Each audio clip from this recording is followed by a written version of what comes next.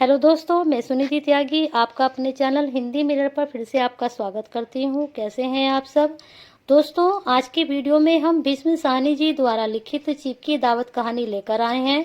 भीष्म साहनी एक प्रगतिशील कथाकार हैं। इन्होंने कहानियों के साथ ही उपन्यासों और नाटकों की भी रचना की है। उनके द्वारा रचित कहानी चीप की दावत में मध्यवर्गीय समाज, उसके परिवेश और मानसिकता को वास्तविकता के साथ अभिव्यक्त किया गया है। वीडियो शुरू करने से पहले मेरा आपसे फिर से अनुरोध है, अगर आपने चैनल को सब्सक्राइब नहीं किया है तो कर दीजिए। आपका एक सब्सक्राइब हमारे लिए प्रेरणा का काम करता है।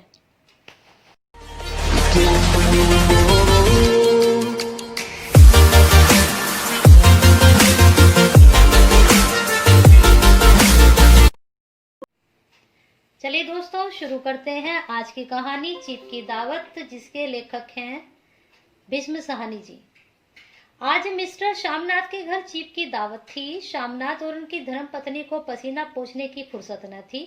पत्नी ड्रेसिंग गाउन पहने, उलझे हुए बालों का जूड़ा बनाए, मुंह पर फैली हुई सुर्खी और पाउडर को मले, और मिस्टर शमशान सिगरेट पर सिगरेट फूंकते हुए चीजों की फहरिस्त हाथ में थामे एक दूसरे के कमरे में आ जा रहे थे।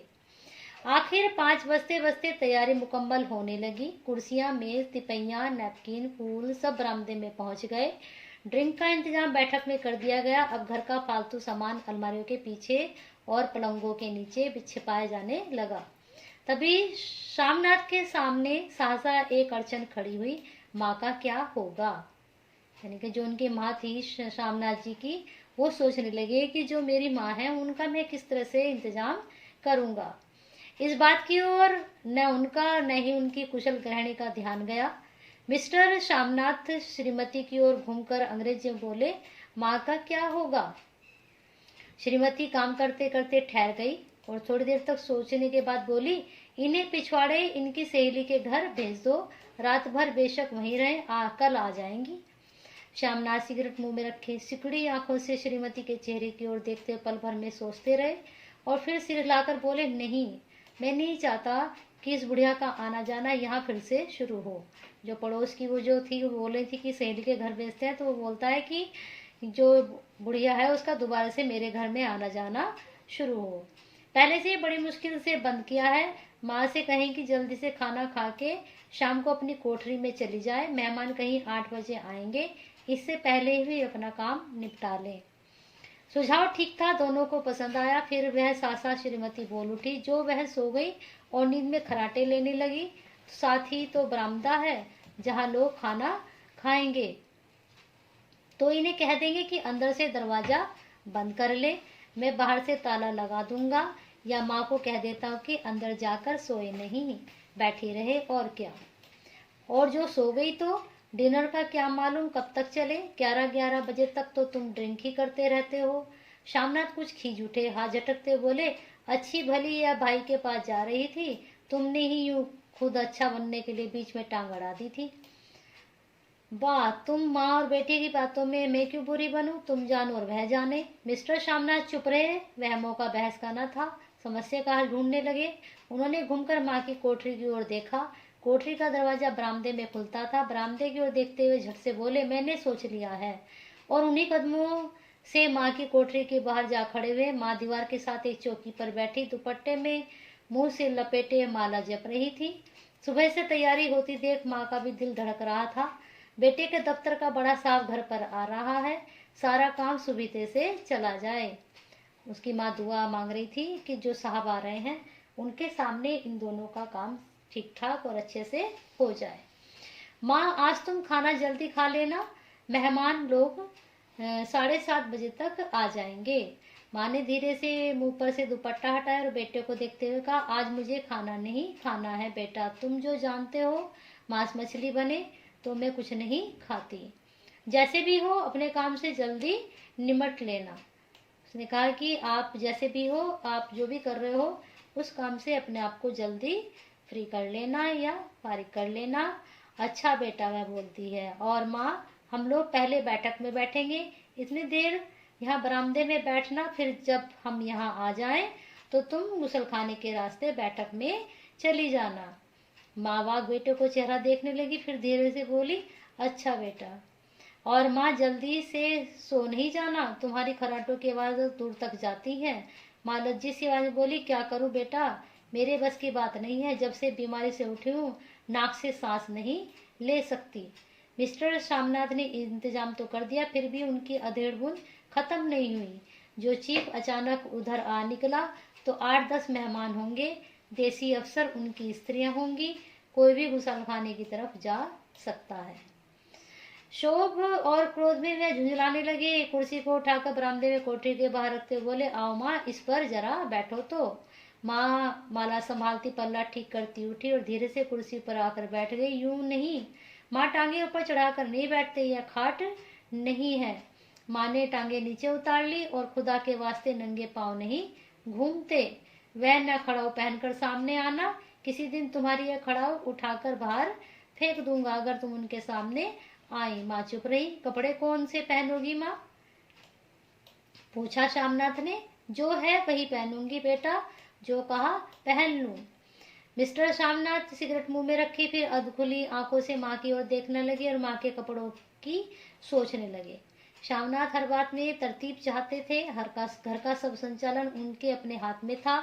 खुटियां कमरों में कहाँ लगाई जाए, बिस्तर कहाँ पर बिछे, किस रंग के पर्दे लगाए जाएं, श्रीमती कौन सी साड़ी पहने, मेज किस साइज का हो। शामनाथ को चिंता थी कि अगर चीफ का साक्षात माँ से हो गया तो कहीं लज्जित नहीं होना पड़े। माँ को सिर से पांव तक देखते हुए बोले, तुम सफेद कमीज और सफेद सलवार पहन लो माँ, पहन के आओ तो जरा देखूं तो आप कैसी लगती हो। माँ ने धीरे से उठी और अपनी कोठरी के में कपड़े पहनने चली गई। यह माँ का झमेला ही रहेगा। उन्होंने फिर अंग्रेजी में अपनी स्त्री से कहा, कोई ढंग की बात हो तो भी कहें, अगर कोई उल्टी सीधी बात हो गई, चीफ को बुरा लगा तो सारा मजा जाता रहेगा। माँ सफेद कमीज और सफेद सलवार पहनकर बाहर निकली। छोटा सा कच, सफेद कपड़ों का लिपटा छोटा सा सूखा हुआ शरीर, धुंधली आंखें, केवल शरीर के आधे झड़े हुए बाल पल्ले की ओट में छिपाए थे, पहले से ही कुछ कम कुरूप नजर आ रही थी। चलो ठीक है, कोई चूड़ियां वुड़ियां हो तो वह भी पहन लो, कोई हर्ज नहीं। चूड़ियां कहाँ से लाऊं बेटा, तुम तो जानते हो सब जेवर तुम्हारी पढ़ाई में बिक गए। यह वाक्य शामनाथ को तीर की तरह लगा। तिनक कर बोला, यह कौन सा राग छेड़ दिया माँ, सीधा कह दो नहीं है जेवर, बस इससे पढ़ाई वढ़ाई का क्या ताल्लुक है। जो जेवर बिका तो कुछ बनकर ही आया हूँ, नीरा लंडोरा तो नहीं लौट आया, जितना दिया था उससे दुगना ले लेना। मेरी जीभ जल जाए बेटा, तुमसे जेवर लूंगी, मेरे मुंह से यूं ही निकल गया, जो होते तो लाख बार पहनती। अब उन्होंने तो सीधे स्वभाव में बोल दिया कि भाई मेरे पास जो जेवर था वो तुम्हारी पढ़ाई के वक्त मैंने बेच दिया। लेकिन उनके बेटे शामनाथ को यह बात बुरी लगी, तो उसने बोला कि मैं आपको वो जेवर बनवा दूंगा। लेकिन उन्हें लगा कि शामनाथ को बुरा लग गया, तो उन्होंने कहा कि मेरी जीभ जल जाए, मैंने ऐसा बोला कि मैं जेवर लूंगी। 5:30 बज चुके थे। अभी मिस्टर शामनाथ को खुद भी नहा धोकर तैयार होना था। श्रीमती कब की अपने कमरे में जा चुकी थी। शामनाथ जाते हुए एक बार फिर माँ का हिदायत करते गए, माँ रोज की तरह गुमसुम बनकर नहीं बैठी रहना, अगर साहब इधर आ निकले और कोई बात पूछे तो ठीक तरह से जवाब भी दे देना। मैं ना पढ़ी न लिखी बेटा, मैं क्या बात करूंगी, तुम कह देना मैं माँ अनपढ़ है, कुछ जानती समझती नहीं, वह नहीं पूछेगा। 7 बजते बजते वहाँ का दिन धक धक करने लगा। अगर चीफ सामने आ गया और उसने कुछ पूछा तो वह क्या जवाब देगी। अंग्रेजी को तो दूर से ही देखकर वह घबरा उठती थी। यह तो अमेरिकी है, ना मालूम क्या पूछे, मैं क्या कहूँगी। माँ का जी चाहा कि चुपचाप पिछवाड़े विधवा सहेली के घर चली जाए, मगर बेटे के हुक्म को कैसे टाल सकती थी। चुपचाप कुर्सी पर से टांगे लटकाए वहीं बैठी रही। एक कामयाब पार्टी वह है जिसे ड्रिंक कामयाबी से मिल जाए। शामनाथ की पार्टी सफलता के शिखर चूमने लगी। वार्तालाप उसी रो में बह रहा था जिस रो में गिलास भरे जा रहे थे। कहीं कोई रुकावट न थी, कोई अड़चन न थी। साहब को विस्की पसंद आई, मेम साहब को पर्दे पसंद आए, सोफा कवर का डिजाइन पसंद आया था, कमरे की सजावट पसंद आई।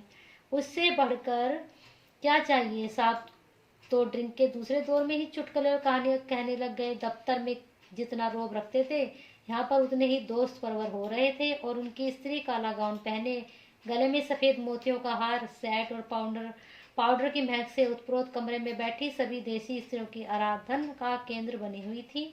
बात बात पर हंसती, बात बात पर सिर हिलाती और शामनाथ की स्त्री से तो वैसे बातें कर रही थी जैसे उनकी पुरानी सहेली हो। और इसी रो में पीते तिलाते 10:30 बज गए। वक्त गुजरते पता ही नहीं चला। आखिर सब लोग अपने अपने गिलासों में से आखिरी घूंट पीकर खाना खाने के लिए उठे, बैठक से बाहर निकले। आगे शामनाथ रास्ता दिखाते, पीछे चीफ, दूसरे और मेहमान। बरामदे में पहुंचते ही शामनाथ सहसा ठिठक गए। जो दृश्य उन्होंने देखा उससे उनकी आंखें टांगे लड़खड़ा गई और क्षण भर में सारा नशा हिरन हो गया। हिरन मतलब गायब हो गया। बरामदे में एन कोठरी के बाहर माँ अपनी कुर्सी पर ज्यों की त्यों बैठी थी, मगर दोनों पांव कुर्सी की सीट पर रखे हुए और सिर दाएं से बाएं और बाएं से दाएं झूल रहा था और मुंह से लगातार गहरी खराटों की आवाजें आ रही थी। जिस चीज के लिए उसने मना किया था कि माँ सोना मत, खराटे ना आए, वही काम माँ ने कर दिया था। जब सिर कुछ देर बाद टेढ़ा होकर एक तरफ को थम जाता तो खराटे और भी गहरी हो उठती और फिर जब झटके से नींद टूटती तो सिर फिर दाएं से बाएं झूलने लगता। पल्ला सिर से खिसक आया था और माँ के झरे हुए बाल आधे गंजे सिर पर अस्त व्यस्त बिखर रहे थे। देखते ही शामनाथ क्रुद्ध हो उठा। उसे गुस्सा आ गया माँ की ऐसी हालत देखकर कि माँ को धक्का देकर उठा दे और उन्हें कोठरी में धकेल दे, मगर ऐसा करना संभव न था। चीफ और बाकी मेहमान पास खड़े थे। माँ को देखते ही देसी अफसरों की कुछ स्त्रियां हंस दी कि इतने में चीफ ने धीरे से कहा, पुअर डियर। माँ हड़बड़ा के उठ बैठी। सामने खड़े इतने लोगों को देखकर ऐसे घबराई कि कुछ कहते ना बना। झट से पल्ला सिर पर रखती हुई खड़ी हो गई और जमीन को देखने लगी। उनके पांव लड़खड़ाने लगे और हाथों की उंगलियां थर-थर कांपने लगी। माँ, तुम जाके सो जाओ। तुम क्यों इतनी देर तक जाग रही थी? और खिसियाई हुई नजरों से सामना चीफ की मुंह की ओर देखने लगा। चीफ के चेहरे पे मुस्कुराहट थी। वह वहीं खड़े खड़े बोला, नमस्ते। माँ ने झिझकते हुए अपने में सिमटते हुए दोनों हाथ जोड़े, मगर एक दुपट्टे अंदर माला को पकड़े हुए था, दूसरा बाहर ठीक तरह से नमस्ते भी ना कर पाए। शामनाथ इस पर भी खिन्न हो उठे। इतने में चीफ ने अपना दायां हाथ मिलाने के लिए माँ के आगे किया। माँ और भी घबरा उठी। माँ, हाथ मिलाओ। शामनाथ ने कहा, माँ हाथ मिलाओ। पर हाथ कैसे मिलाती? दाएं हाथ में तो माला थी। घबराहटे माँ ने बायां हाथ ही साहब के दाएं हाथ पर रख दिया। शामनाथ दिल ही दिल में जल उठे। देसी अफसरों की स्त्रियां खिलखिलाकर हंस पड़ी। यूं नहीं माँ, तुम तो जानती हो दायां हाथ मिलाया जाता है, दायां हाथ मिलाओ। मगर तब तक चीफ माँ का बायां हाथ ही बार बार हिलाकर कह रहे थे, हाउ डू यू डू। कहो माँ, मैं ठीक हूँ, खैरियत से हूँ। माँ कुछ बड़बड़ाई। माँ कहती है, मैं ठीक हूँ। कहो माँ, हाउ डू यू डू। माँ धीरे से सकचाते बोली, हाउ डू डू। एक बार फिर कहा। वातावरण हल्का होने लगा। साहब ने स्थिति संभाल ली। लोग हंसते हंसते चहकने लगे थे। शामनाथ के मन का क्षोभ भी कुछ कम होने लगा था। जो उसको गुस्सा आ रहा था माँ को देखकर, माँ की हालत देखकर, अब उसका भी कुछ गुस्सा कम होने लगा था। साहब अपने हाथ में माँ का हाथ अब भी पकड़े हुए थे और माँ सिकुड़ी जा रही थी। साहब के मुंह से शराब की बदबू आ रही थी। शामनाथ अंग्रेजी में बोले, मेरी माँ गांव की रहने वाली है, उम्र भर गांव में रहती है, इसलिए आपसे लजाती है, शर्माती है। साहब इस पर खुश नजर आए। बोले, सच? मुझे गांव के लोग बहुत पसंद है। तब तो तुम्हारी माँ गांव के गीत और नाच भी जानती होगी। चीफ खुशी से सिर हिलाते हुए माँ की टकटकी बांधे देखने लगा। माँ, साहब कहते हैं कोई गाना सुनाओ, कोई पुराना गीत, तुम्हें तो कितने ही याद होंगे। माँ धीरे से बोली, मैं क्या गाऊंगी बेटा, मैं कब गाया है। वाह माँ, मेहमान का कहा भी नहीं कहा कोई टालता है। साहब ने इतना रीस से कहा है, नहीं गाओगी तो साहब बुरा मानेंगे। मैं क्या गाऊं बेटा, मुझे क्या आता है। वाह, कोई बुढ़िया टप्पे सुना दो, 2 पत्तर अनार दो। कोई बढ़िया सी टप्पे सुना दो या 2 पत्तर अनारा दो। देसी अफसर और उनकी स्त्री ने सुझाव पर तालियां पीटी। माँ कभी दीन दृष्टि से बेटे के चेहरे की ओर देखती तो कभी पास खड़ी बहू के चेहरे को। इतने में बेटे ने गंभीर आदेश भरे लहजे में कहा, माँ। इसके बाद हाँ या ना सवाल ही नहीं उठता था। माँ बैठ गई और क्षीण दुर्बल लरसती आवाज में एक पुराना विवाह गीत गाने लगी। हरियाणी माए हरियाणी भैणे, हरिया तो भागी भरिया है। देसी स्त्रियां खिलखिला के हंस उठी। 3 पंक्तियों 3 पंक्तियां गा के माँ चुप हो गई। बरामदा तालियों से गूंज उठा। साहब तालियां पीटना बंद ही ना करते थे। श्यामनाथ की खींच प्रसन्नता और गर्व में बदल उठी थी। माँ ने पार्टी में नया रंग भर दिया था। वह श्यामनाथ जो उनका बेटा था, उनके गीत से वह भी खुश हुआ था। तालियां थमने पर साहब बोले, पंजाब के गांव की दस्तकारी क्या है? श्यामनाथ खुशी से झूम रहे थे। बोले, ओ बहुत कुछ साहब, मैं आपको एक सेट उन चीजों का भेंट करूंगा, आप उन्हें देखकर खुश होंगे। मगर साहब ने सिर हिलाकर अंग्रेजी फिर से पूछा, नहीं, मैं दुकानों की चीज नहीं मांगता। पंजाबियों के घर में क्या बनता है, औरतें खुद क्या बनाती हैं? श्यामनाथ कुछ सोचते बोला, लड़कियां गुड़िया बनाती है और फुलकारियां बनाती हैं। फुलकारी क्या? श्यामनाथ फुलकारी का मतलब समझाने की असफल चेष्टा करने के बाद माँ से बोला, क्यों माँ, कोई पुरानी फुलकारी घर में है? माँ चुपचाप अंदर गई और अपनी पुरानी फुलकारी उठा लाई। साहब बड़ी रुचि से फुलकारी देखने लगे। पुरानी फुलकारी थी, जगह जगह उसके तागे टूट रहे थे और कपड़ा फटने लगा था। साहब की रुचि देखकर श्यामनाथ बोले, यह फटी हुई है साहब, मैं आपको नहीं बनवा दूंगा, माँ बना देगी। क्यों माँ? साहब को फुलकारी बहुत पसंद है, इन्हें ऐसी ही एक फुलकारी बना दोगी? माँ चुप रही, फिर डरते डरते धीरे से बोली, अब मेरी नजर कहाँ है बेटा, बूढ़ी आंखें क्या देखेंगी? मगर माँ का वाक्य बीच में ही तोड़ते हुए श्यामनाथ साहब को बोले, वह जरूर बना देंगी, आप उसे देखकर खुश होंगे। उनके पीछे पीछे हो लिए। जब मेहमान बैठ गए और माँ पर सबकी आंखें हट गई तो माँ धीरे से कुर्सी पर से उठी और सबसे नजर बचाती हुई अपनी कोठरी में चली गई। मगर कोठरी के बैठने की देर थी कि आंखों में छल छल आंसू बहने लगे। वह दुपट्टे से बार बार उन्हें पोंछती, पर वह बार बार उमड़ आते, जैसे बरसों का बांध तोड़कर उमड़ आए हों। माँ ने बहुत तेरा दिल को समझाया, हाथ जोड़े, भगवान का नाम लिया, बेटे के चिरायु होने की प्रार्थना की, बार बार आंखें बंद की, मगर आंसू बरसात पानी की तरह जैसे थमते ही नजर नहीं आ रहे थे। आधी रात का वक्त होगा। मेहमान खाना खाकर एक दूसरे घर जा चुके थे।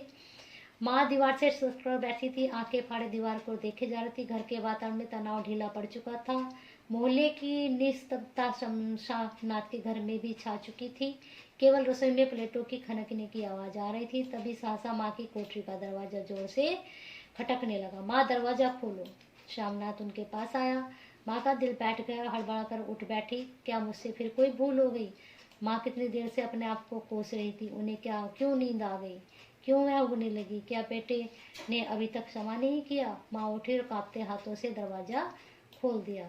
दरवाजा खुलते ही श्यामनाथ झूमते हुए आगे बढ़कर माँ को आलिंगन में भर लिया। ओ मम्मी, तुमने तो आज रंग ला दिया। साहब तुमसे इतना खुश हुए, क्या कहूँ। ओ मम्मी, ओ मम्मी। माँ की छोटी सी काया सिमटकर बेटे के आलिंगन में छिप गई। माँ की आंखों से फिर से आंसू गए। उन्हें पूछती हुई धीरे से बोली, बेटा तुम मुझे हरिद्वार भेज दो, मैं कब से कह रही हूँ। श्यामनाथ का झूमना सासा बंद हो गया। उनकी पेशानी पर फिर तेज तनाव के बल पड़ने लगे। उनकी बाहें माँ के शरीर से हट गई। क्या कहा माँ, यह कौन सा राग तुमने फिर से छेड़ दिया? श्यामनाथ का क्रोध बढ़ने लगा। बोलते गए, तुम मुझे बदनाम करना चाहती हो ताकि दुनिया कहे कि बेटा माँ को अपने पास नहीं रख सकता। नहीं बेटा, अब तुम अपनी बहू के साथ जैसा मन चाहे रहो। मैंने अपना खाना पहन लिया है, अब क्या करूंगी? जो थोड़े दिन जिंदगानी बची है, भगवान का नाम लूंगी। तुम मुझे हरिद्वार भेज दो। तुम चली जाओगी तो फुलकारी कौन बनाएगा? साहब से तुम्हारे सामने ही फुलकारी देने का इकरार किया है। मेरी आंखें अब नहीं है बेटा जो फुलकारी बना सको। तुम कहीं और से बनवा लो, बनी बनाई ले लो। माँ, तुम मुझे धोखा दे के यूं चली जाओगी, मेरा बनता काम बिगाड़ोगी। जानती नहीं साहब खुश होगा तो मुझे तरक्की मिलेगी। माँ चुप हो गई, फिर बेटे के मुंह की ओर देखती बोली, क्या तेरी तरक्की होगी? क्या साहब तेरी तरक्की कर देगा? क्या उसने कुछ कहा है? कहा नहीं, मगर देखती नहीं कितना खुश हो गया। कहता था जब तेरी माँ फुलकारी बनाना शुरू करेगी तो मैं देखने आऊंगा कि कैसे बनाती है। जो साहब खुश हो गया तो मुझे इतनी बड़ी नौकरी मिल सकती है, मैं बड़ा अफसर बन सकता हूँ। माँ के चेहरे का रंग बदलने लगा। धीरे धीरे उनका झुर्रियों बड़ा मुंह खिलने लगा, आंखों में हल्की हल्की चमक आने लगी। तो तेरी तरक्की होगी बेटा, तरक्की यूं ही नहीं हो जाएगी। साहब को खुश रखूंगा तो कुछ करेगा, वरना उसकी खिदमत करने वाले और थोड़े हैं क्या? तो मैं बना दूंगी बेटा, जैसे बन पड़ेगा बना दूंगी। और माँ दिल ही दिल में फिर से बेटे के उज्जवल भविष्य की कामनाएं करने लगी। और मिस्टर श्यामनाथ अब सो जाओ, माँ कहते हुए तनिक लड़खड़ाते हुए अपने कमरे की ओर घूम गए। तो ये भीष्म साहनी जी द्वारा एक माँ का हृदय की इसमें चित्रण किया है उन्होंने कि बेटा किस तरह से व्यवहार करता था और अपने काम के लिए अपनी माँ को पूछने लगता है, लेकिन माँ का हृदय हमेशा एक सा ही अपने बच्चों के लिए रहता है। उन्होंने इसमें ये दिखाने की कोशिश की है। अगर आपको यह कहानी पसंद आई है तो इसको लाइक एंड शेयर करना ना भूलें और हिंदी मिरर भी सुनीति के साथ अपना प्यार और साथ ऐसे ही बनाए रखें। दोस्तों, हमने और भी कहानियाँ अपनी इस वीडियो पर डाली हैं, उनको आप डिस्क्रिप्शन में जाकर देख सकते हैं।